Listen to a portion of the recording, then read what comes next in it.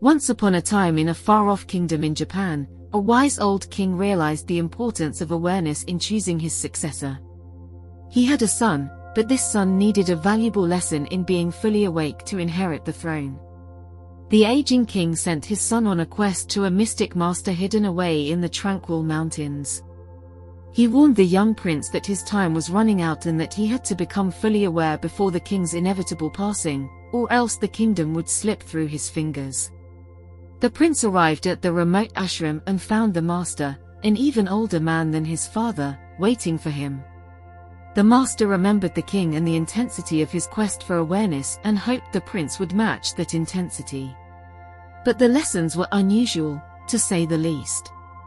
The master instructed the prince to start by cleaning the commune and to always be on guard for the master's sudden strikes with a stick. The prince, initially bewildered, couldn't understand how this related to awareness.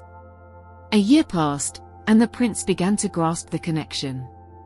He became so attuned to his surroundings that he could sense the master's approach, even when deeply engrossed in conversations. One day, the master tried to hit him with his stick, but the prince deftly caught it before it made contact. The master declared that the first lesson was complete, and the second would commence that night. The prince was dumbfounded, wondering how many more lessons lay ahead. The second lesson was a more significant challenge. The master informed the prince that he would strike him while he was asleep, and the prince had to remain alert even in slumber. The prince couldn't fathom how one could achieve such awareness during sleep. Despite his doubts, the prince was determined. He endured countless nighttime strikes, and slowly, he felt a growing inner awareness. After 6 months, he told the master not to bother, as he could endure the strikes. The second lesson was over. Now, the third lesson loomed. The master would use a real sword in the morning, and the prince had to be perpetually alert. The master said, "You are blessed.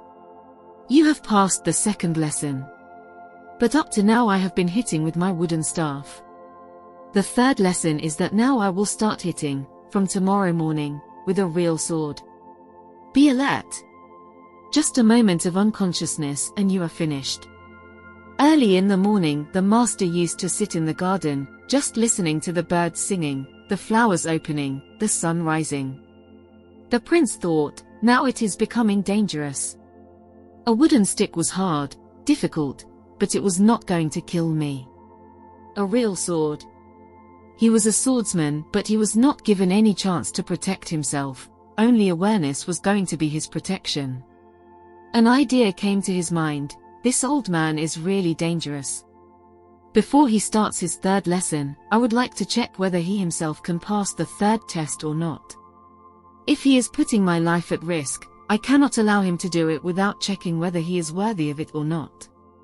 And these were only thoughts that he was thinking lying down in his bed. It was a cold morning. And the master said, "Come out of your blanket, you idiot. Do you want to hit your own master with a sword? Feel ashamed. I can hear the footsteps of your thoughts, drop the idea." He had heard. Nothing was said to him, nothing was done to him. Thoughts are also things. Thoughts also, while moving, make sounds, and those who are fully alert can read your thoughts. Even before you have become aware of them, they can become aware of them. The prince was really ashamed. He fell at the feet of the master and he said, "Just forgive me. I am really stupid." He finally decided to face the impending challenge with unwavering focus. But because it was a question of a sword, a real sword, he became aware of everything around him, even his own breathing, his heartbeat. Just a small breeze passing through the leaves, a dead leaf moving in the wind, and he was aware. And the master tried a few times but found him always ready. He could not hit him with the sword because he could not find him unconscious, unalert. The master found no opportunity to land a blow. After 3 days of failed attempts, the master admitted defeat. After the third day he called him and told him, "Now you can go and tell your father, and this is the letter from me, that the kingdom is yours." In the end, the prince had learned that awareness was not just about being awake, it was about being fully alive, present in every moment. True awareness is the key to inheriting the kingdom of life and fulfilling one's potential, as it enables us to navigate the challenges and opportunities that come our way with grace and wisdom.